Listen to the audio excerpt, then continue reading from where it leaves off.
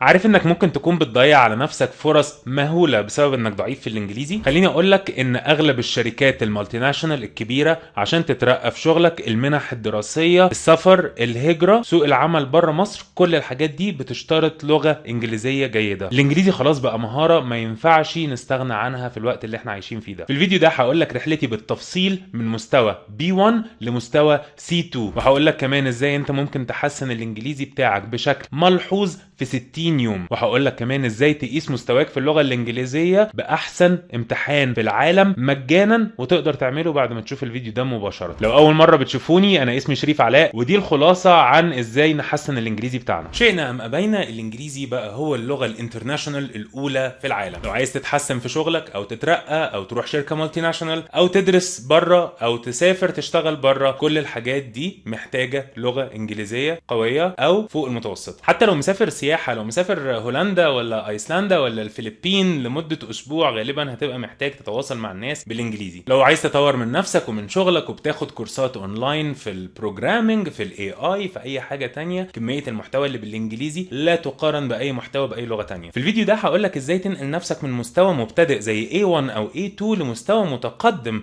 زي C1 او C2 في اسرع وقت ممكن. ولو بدات النهارده هتتحسن بمستوى مش هتصدقه بعد 60 يوم بس. مش بقول طبعا هتبقى من A1 ل C2 في 60 يوم، ده كذب، مفيش حاجه اسمها كده. بس اللي انا بقوله ان في 60 يوم مستواك ممكن يتحسن بشكل ملحوظ جدا. لو بتجيب سكور ضعيف في ايلتس او توفل بعد كذا محاوله، غالبا الموضوع مش ان انت مش متعود على الامتحان، غالبا الموضوع ان الانجليزي بتاعك مش كويس ومحتاج يتحسن قبل ما تاخد الامتحان تاني. علشان تحسن مستواك لازم تكون اصلا عارف مستواك. بعد ما عرفت مستواك محتاج تحدد هدفك. لو هدفك هو انا محتاج ابقى كويس في الانجليزي، ده هدف مش ملموس، وبالتالي مش هتبقى عارف انت ماشي على الطريق الصح عشان تحققه ولا لا. لازم هدفك يبقى محدد، لازم هدفك يبقى سمارت زي ما اتكلمنا عن الفيديو بتاع اداره الوقت. سمارت يعني specific, measurable, attainable, realistic, time bound. يعني ما اقولش انا عايز ابقى بتكلم انجليزي كويس وخلاص، اقول انا عايز اوصل من مستوى A2 لمستوى B2 خلال ال6 أو 7 شهور الجايين دول. دي حاجه واقعيه وليها زمن محدد وتقدر توصل لها. وانت بتحسن لغتك ابعد عن الخطأ المميت ده، وهو انك تدرس انجليزي او تحسن انجليزي من خلال القراءة. ابعد عن الموضوع ده، خطأ فادح. يعني مثلا لو انت بتشوف الفيديو دلوقتي ومستواك ما بين A1 و A2 وممكن كمان B1، غالبا هيبقى عندك صعوبة في نطق الكلمات دي. though, tough, through, thorough. عملنا تبديل حرف واحد تقريبا ما بينهم بس غير النطق تماما. مش بس كده، عندك كلمات زي دي اسمها ايه؟ recite. دي اسمها ايه؟ مش recite ومش receipt. recipe يعني خلطة او وصفة. فيبقى زي لما بغير حرف واحد في النص وحرف ساكن مش vowel it's a constant، ازاي يغير النطق تماما؟ هو الانجليزي كده. طيب تعرف تنطق الكلمة دي؟ قول لنا في التعليقات لو عارف الكلمة دي، اكتبها لنا بالعربي كده بتتكتب ازاي. فالقاعدة العامة بتقول ان السبيلنج والبروننسيشن في الانجليزي مش شرط يكونوا مرتبطين ببعض. يعني مثلا ممكن نفس الكلمة دي هي نفس السبيلنج، هنا اسمها read يقرأ، وهنا read قرأ في الماضي، او lead and led, tear, tear, wind, wind. فأنا لو قعدت مسكت كتاب وعمال أقرأ كل كلمة وأقول and she shared her recipe وعم فاكر إن أنا بتعلم مثلا، لا أنا مش بتعلم، أنا عمال أعمل أخطاء. طب أعمل إيه؟ لازم تبدأ بالlistening. الليسننج هو أهم حاجة في اللغة. ليه؟ لأن رقم واحد إحنا بنسمع إزاي النيتيف سبيكرز اللي هم المذر تانج بتاعهم او لغتهم الام او الاساسيه هي الانجليزي ازاي بينطقوا الحاجات. تاني حاجه بنشوف استخدام الكلمات في السياق عامله ازاي. تالت حاجه بيديني فعلا فكره عن اللغه اللي مستعمله في الحوارات بتاعه الشارع، the everyday common use of the English، مش بالضروره اللي انا بقراها في كتاب. غير كده الليسننج والسبيكنج طبعا هم اهم حاجه في التواصل مع الناس في اللغه. انت كواحد في مصر غالبا بتتحط في مواقف يوميه انك بتتكلم او بتتواصل مع ناس ممكن يكون ما بتعرفش تقرا وتكتب، وفكره ان هم ما بيعرفوش يقروا ويكتب مش هيأثر على التواصل بشكل مباشر. يعني مثلا انت لو مسافر البلد عند واحد صاحبك وهو قال لك انا عند البيت اللي قدام الجامع، وماشي في حته في الارياف وممكن يكون نسبه الاميه فيها عاليه جدا، هتسال واحد سلام عليكم لو سمحت هو الجامع منين؟ هيقول لك خش يمين في شمال ولا بحري وقبلي، وهيوصف لك وهتوصل. فلو انت بقى بنفس المنطق ده في دولة تانية وبتتكلم انجليزي، فانت محتاج الليسننج والسبيكنج اهم من الكتابة والقراية علشان تعرف تتواصل مع الناس. لو مستوايا من A1 ل A2 او بدايات B1، انا لسه ما بقتش فولي في B1 او يمكن حتى لغاية B1، لازم اسمع حاجات موجهة للاطفال او موجهة لتعليم الانجليزي. يعني ما اسمعش بودكاست متطور عن اللايف ستايل وعن الصحة النفسية وعن ازاي البروجرامينج والارتفيشال انتليجنس دول، لا، لازم اتعلم حاجات بسيطة جدا موجهة للاطفال. انا بتعلم ايطالي وفي مرحلة A1 و A2 حرفيا بتفرج على كرتون بيبا بيج مدبلج بالايطالي. لو مستواي اعلى من B2، فهنا بقى انا ممكن اسمع بودكاست مش اصلا موجهة للي بيتعلموا انجليزي. ممكن اسمع بودكاست عن موضوع انا مهتم بيه، عن الرياضة، عن الصحة، عن لايف ستايل، عن الشغل، عن تكنولوجي، عن اي حاجة تانية. بودكاست بالعكس انا هبقى محتاج الحاجات دي علشان هو ده اللي انا محتاجه to advance further، او ان انا احسن من نفسي، اللي هو حاجات في الفيلد بتاعي. انا محتاج اعرف حاجات اكتر عن الطب، محتاج اعرف حاجات اكتر عن الهندسة، عن الرياضة، عن ايا كان المجال بتاعي. طيب هل الافلام والمسلسلات اللي بالانجليزي بتفيد؟ على حسب. لو مستوايا مبتدئ جدا وقاعد اتفرج على حاجات سلانج وحاجات فيها اكسنتس بتاعت منطقة معينة، فغالبا هبقى تايه ومش هستفيد قوي. لو مستوايا متوسط ممكن الاقيها مفيدة، لكن انا لو مستوايا مبتدئ ممكن اتفرج على حاجات زي ما قلت كمان كفرجة، حاجات بسيطة وسهلة لو انا بتفرج بهدف التعلم. بس طبعا لو انا كمان عايز اتفرج على فيلم عشان اتفرج على فيلم مش للتعلم، فاتفرج عليه بالانجليزي. بس المهم ان السبتايتلز الترجمة تكون بالانجليزي مش بالعربي. خطأ شائع ان انا لو عايز اتعلم انجليزي اتفرج على فيلم بالانجليزي بترجمة عربي عشان افهم بيقولوا ايه. لا. حاجة كمان بنصح بيها، لو في فيلم انا شفته وعارفه وعارف حواره بيقول ايه بسبب ان انا شفته مترجم او شفته كتير، ممكن اتفرج عليه تاني بالانجليزي واحاول اشوف سواء من غير سبتايتلز خالص او بسبتايتلز انجليزي، بحيث ابقى انا عارف هما بيتكلموا عن ايه. هنا بقى اسمع الجمل واسمع المصطلحات او الايديومز والاكسبريشنز واعرف هما بيقولوا ايه. بعد الشغل على الليسننج ابدا بالسبيكنج، او في نفس الوقت الليسننج والسبيكنج اهم حاجتين زي ما قلت. سبيكنج يعتبر واحد من اصعب الحاجات في تعلم اي لغه، وده بسبب الحاجز النفسي. ده بسبب ان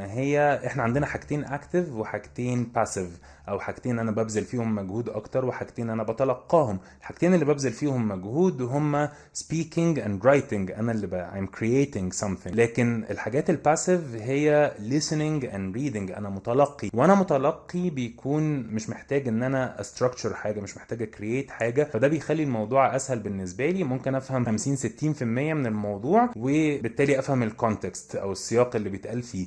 لكن ان انا اعبر عن نفسي بالسبيكنج والرايتنج هو ده اللي بيخلي الناس تخاف، وخصوصا السبيكنج. يعني الرايتنج انا ممكن اخد وقتي وافكر وهعمل ايه وامسك القلم واقول لا الجمله دي مش حلوه هشطبها، او لو انا بعمل تكستنج هكتب مره واثنين وثلاثه. سبيكنج اون ذا سبوت شويه، ان انا ببقى محتاج اخرج الحاجه. فاصعب حاجه بالنسبه لي في تعلم اللغه او بالنسبه لاي حد في تعلم اللغه هي الحاجز النفسي، الانسكيورتي. خايف ان الناس تشوفني شكلي وحش، او ان حد يضحك عليا، حاسس ان انا مش قادر اتكلم واعبر عن نفسي. مفيش طريقه سهله، لازم نتكلم عشان نعرف نتكلم. لو فاكر ان هو انا لا هقعد احسن من لغتي كويس جدا جدا جدا قبل ما اقدر اتكلم، فاحب ابشرك ان للاسف اليوم ده مش هيجي، لانك عمرك ما هتتحسن من غير ما تتكلم وتعمل اخطاء. مش بقول ان انا يا دوب لسه بتعلم ABC واروح اتكلم مع واحد استرالي في علوم الفلك، لا، بس بتكلم ان انا لازم اخرج الكلام من بقي. طب ازاي؟ واحده من احسن الطرق في السبيكنج هي الشادوينج. شادوينج جايه من الظل، يعني انا كاني خيال او ظل او صدى صوت بمعنى اصح، اللي هو ايكو. في الشادوينج بسمع الكلمه او بشوفها وبسمعها وبعدين برددها. يعني مثلا بشوف كلمه زي ريسيبي فبقول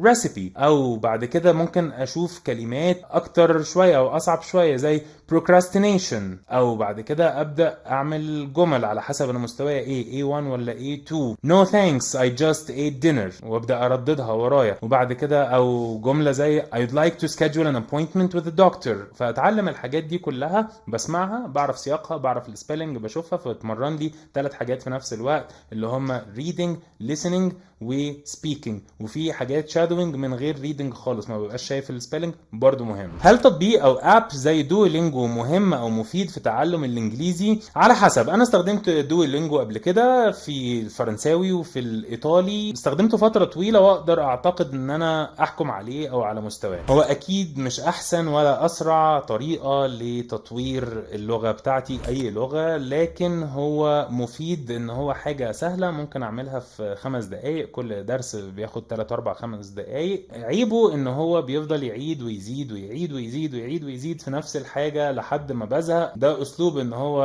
التكرار يعلم الشطار.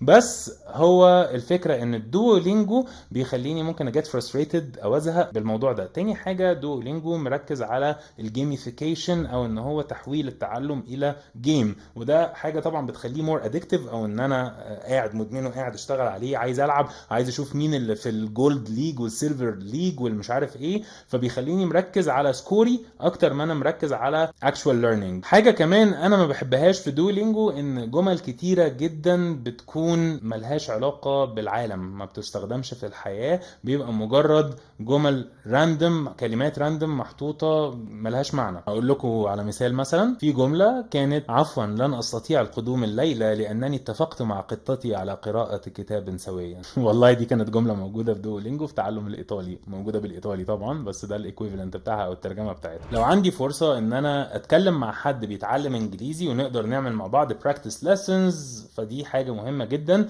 اولا احنا الاثنين مش جايين نحكم على بعض، مش جايين نتريق على بعض، احنا الاثنين هنعمل اخطاء.